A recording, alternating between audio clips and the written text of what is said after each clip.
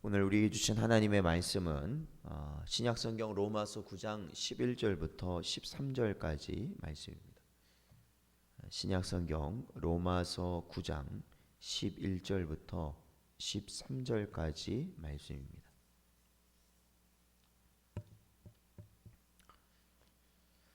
함께 봉독하겠습니다.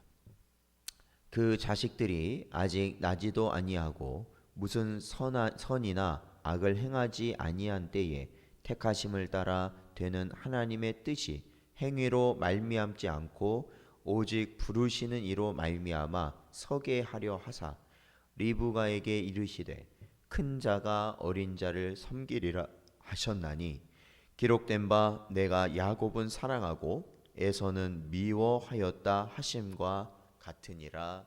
아멘. 기도하겠습니다.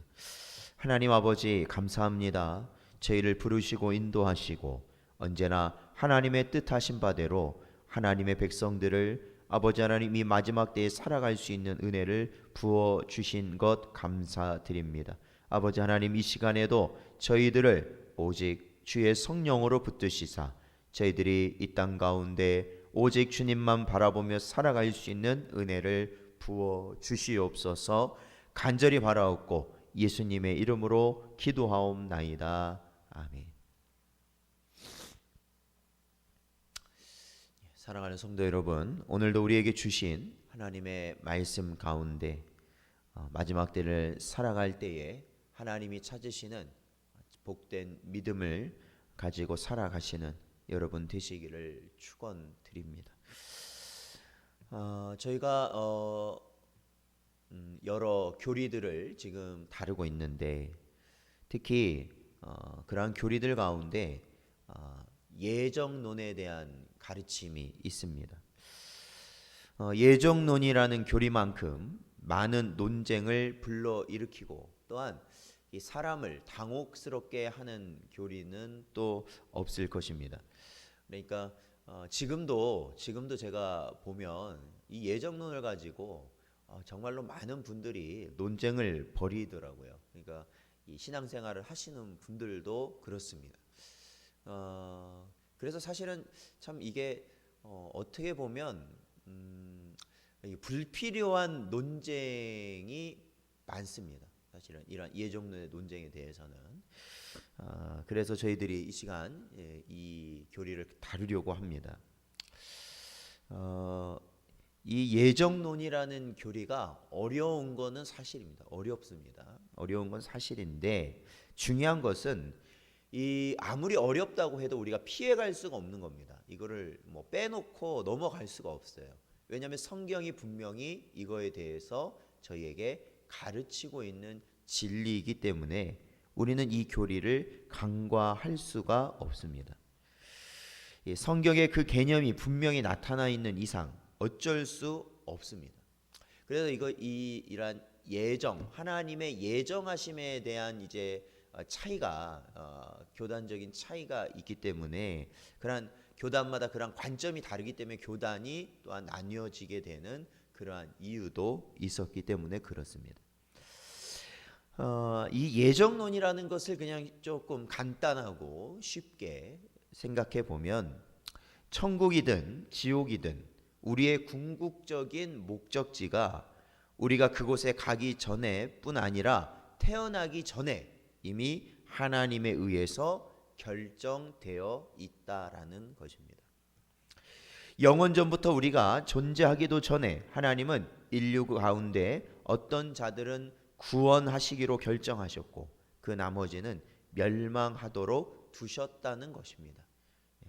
그러니까 하나님이 선택하셨다라는 것이죠. 이것을 간단하게 예정론을 간단하게 이야기하면 그렇습니다. 근데 여기서 이제 이런 예정론에 대한 가르침을 들을 때 이제 어려운 부분이 나오는 거죠. 사람이 받아들이기 어려운 부분이 나오는 겁니다. 그것을 조금 우리가 엄밀히 생각해 보면 바로 그겁니다. 하나님께서 어떻게 선택하실 수 있느냐라는 겁니다. 어떻게 하나님이 선택을 하시느냐라는 질문이죠. 그것을 사람들이 하지 않고는 못 배기는 겁니다. 그래서 예정론을 받아들이는 사람들 중에서도 이제 예정론을 받아들여요. 받아들이는 사람들 중에서도 어떤 이들은 하나님께서 이제 선택하실 때 그 선택한 사람이 나중에 어떠한 삶을 살아갈지, 그러니까 신앙생활을 잘할 사람을 하나님이 미리 선택하신다고도 말하는 사람들이 있습니다. 그러니까 그러한 사람들을 하나님이 예정하신다라고 말하는 것이죠. 그러나 성경의 가르침은 그렇게 생각하기가 조금 어렵습니다. 그렇게 생각하기 어렵습니다. 왜냐하면 성경은 구원을 결정하는 것은 우리에게 속한 것이 아니라 궁극적으로 하나님의 주권이시기 때문에 그렇습니다. 그러니까 구원이라는 것을 하나님께서 주권적으로 하나님께서 일으키시는 거라서 그건 사람하고는 관계가 없다라는 겁니다. 하나님의 선택을 인정하지 못할 우리에게 이유가 없다라는 거예요. 쉽게 말하면. 그러니까 방금 전에도 말씀드렸죠. 예정하셨다라는 것을, 그러니까 누구는 천국 가고 누구는 지옥에 갈 것을 하나님이 미리 정하셨다라는 것에서 사람들이 질문하는 것은 그거라는 거죠. 어떻게 하나님이 이걸 선택할 수 있느냐라는 것을 질문하는데, 사실은 우리가 성경적으로 우리가 본다면 하나님이 그것을 선택하지 못하실 이유가 없다는 겁니다. 하나님이 그것을 선택하지 못하실 이유가, 어떤 하등의 이유가 없다라는 것이죠. 그거에 대해 의문을 갖는 게 더 이상한 겁니다. 사실은 모든 결정이 진실로 하나님의 주권적인 은혜에서 나온다는 것이에요. 결국에 타락한 인간이 아담과 하와 이후에 타락한 인간은 그냥 그대로 둔다면, 그냥 그 상태 그대로 있다면 그 누구도 하나님을 찾을 수 없는 존재라는 겁니다. 아무도 하나님을 찾을 수가 없어요. 그대로 두면 찾을 수가 없다라는 것이죠. 먼저 거듭나지 않는 한 그리스도를 선택하지 않을 것입니다. 그들은 그리스도를 택할 수가 없어요. 믿음은 거듭남에서 나오는 선물입니다. 선택받은 자들은 먼저 하나님의 선택을 받았기 때문에 그리스도를 선택할 수 있는 거예요. 그러니까 하나님이 우리를 부르셨기 때문에, 하나님이 우리를 택하셨기 때문에 우리가 그리스도를 따라갈 수 있다라는 거예요. 그리스도를 택할 수 있다는 겁니다. 그러니까 우리 안에서 어떤 믿음이 나올 수가 없다라는 거죠. 그게 성경의 가르침이에요.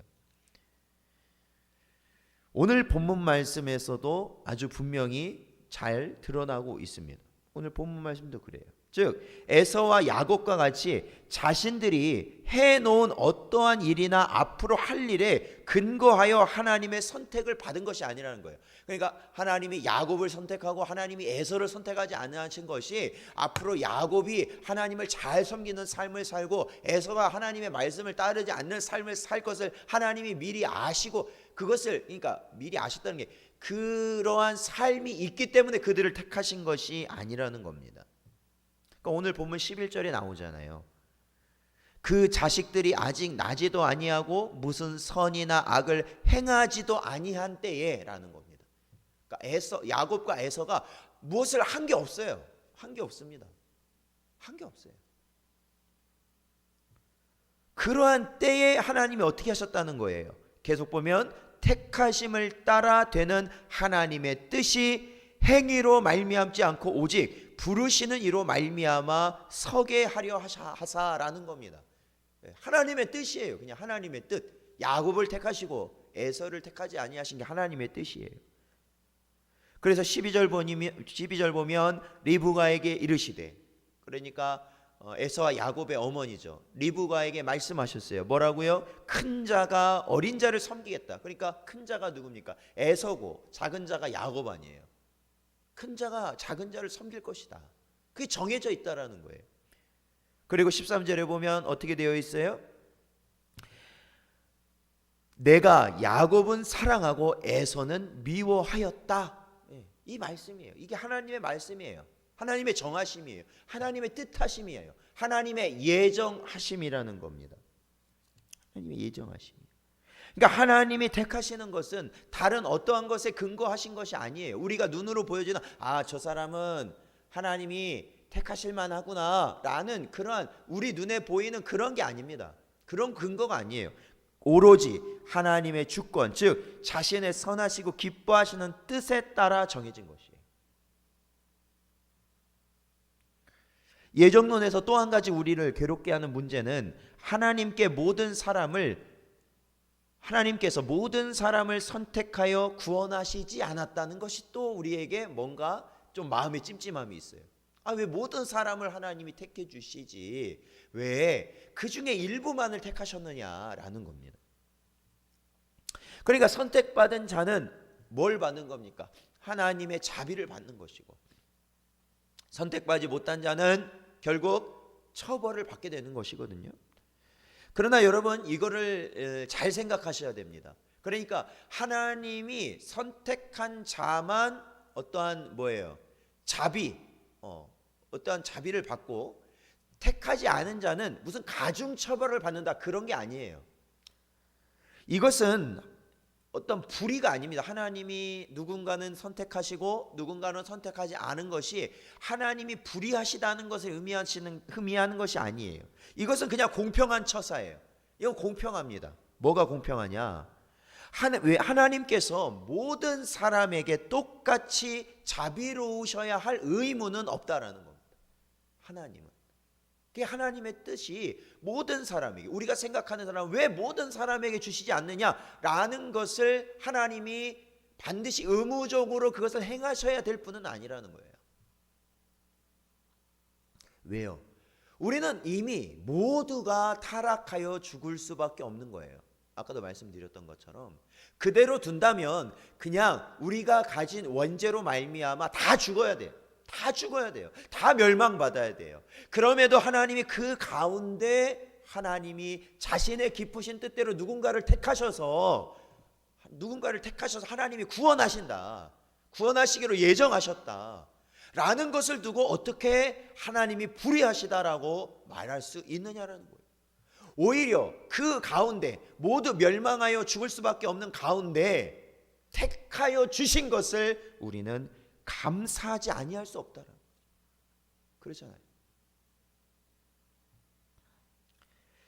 사랑하는 성도 여러분, 그러므로 우리가 이러한 예정론, 그러니까 하나님이 우리를 예정하셨다라는 이러한 가르침을 받을 때 우리는 참으로 우리가 이 말씀의 은혜를 받을 수 있는 것은 단 한 가지입니다. 이게 뭐냐? 그것은 바로 나를 택하여 주셨다라는 겁니다.